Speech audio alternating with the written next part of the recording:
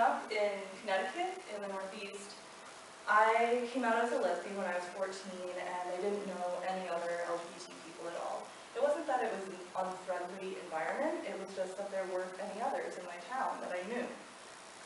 This is really common in a lot of towns. There's, there might be one there might be one that you don't know about, and one that you do.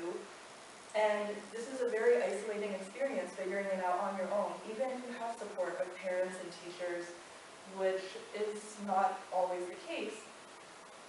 It's a scary and lonely experience. So for me, the way that I found my LGBT community was through teaching myself LGBTQ history. And I did this by just going over to the library, searching on the internet, and I got to know these LGBT people from the past, even though I didn't know any in the present. And what this gave me was the sense of community that I just mentioned. I realized I wasn't the first LGBT person to ever experience this confusion, or just the first person to feel this way at all. There had been thousands, there had been millions. It had happened in every country, it had happened in every century. And that was a really comforting thought to know that I was part of something instead of just being alone. I also felt loved by these LGBT ancestors because they had made such sacrifices to create the world that I lived in today. I knew that I could be relatively open and safe today, and that most people could in most countries, at a level much unlike a few hundred years ago, and that's because of their activism. So that really inspired me. But at the same time, I was frustrated with the present state of things. Even though I could tell it was somewhat better than the times of executions, I knew that LGBT people were being killed and were killing themselves, and my activism didn't feel like it was making a difference at all.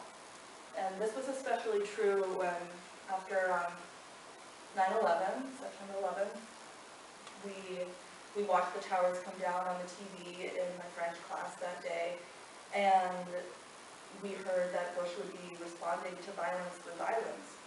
And I flew down to Washington, D.C., age 16, from Connecticut to participate in this huge national march against a war happening, against attacking Iraq. And there were thousands and thousands and thousands of people, all united, all saying no to war. And I thought it was an inspiring experience. And I thought, surely they'll listen to us because we're so many and we're so united and we care so much. And the next day, the American Idol was introduced with an address from President Bush saying that we are starting our bombings. And from that point, I only continued activism a few more years in college, and going to these marches didn't do anything. It felt totally ineffective and totally helpless. And how could one person make a difference if 100,000 people couldn't make a difference together? So here's where history came in for me again. Although, first I'll talk about other bad things. I was stuck in this idea of how far we had to go. These are some of the facts about how things are in the US today for LGBT people.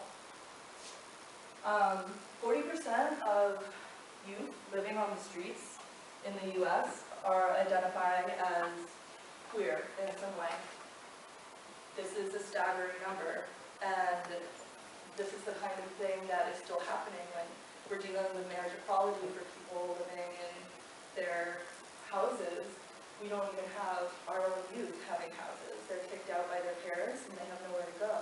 Or they find somewhere to go, but they get caught up in street life that leads to, obviously, a lot of issues for those youth. Our youth, homeless or not, are more than twice as likely to attempt suicide.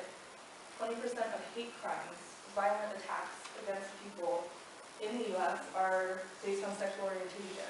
And we don't even have the statistics on gender identity, but at least from the news we know at least 7 trans women were murdered in 2014 in the US alone, and that's part of a global epidemic of murders of trans women of color in particular.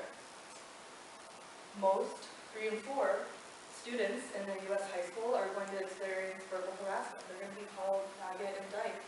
And this is not going to make school a safe place for them. This leads to them not attending, missing school days, and sometimes dropping out of school. How can you fix all these things?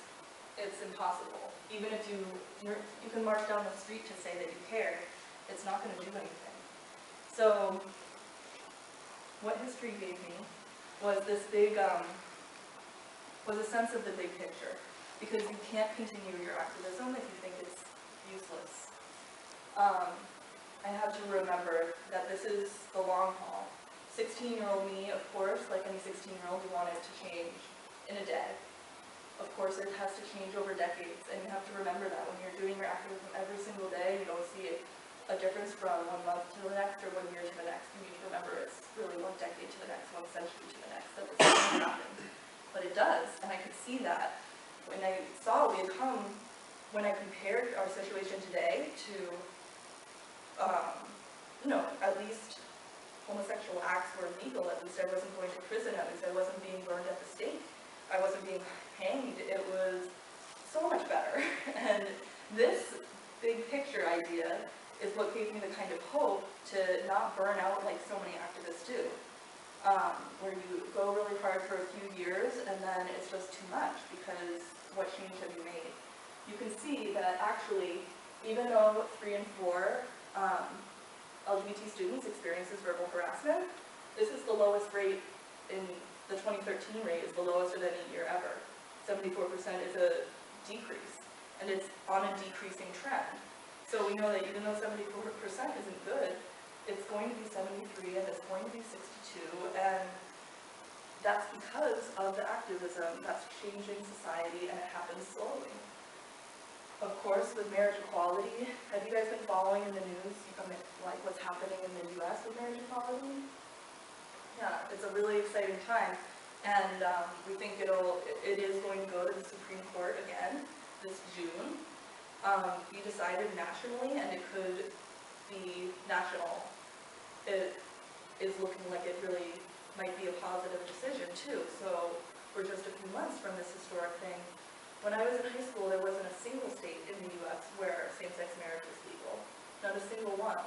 And the first one was Massachusetts in 2004, when the year I graduated high school.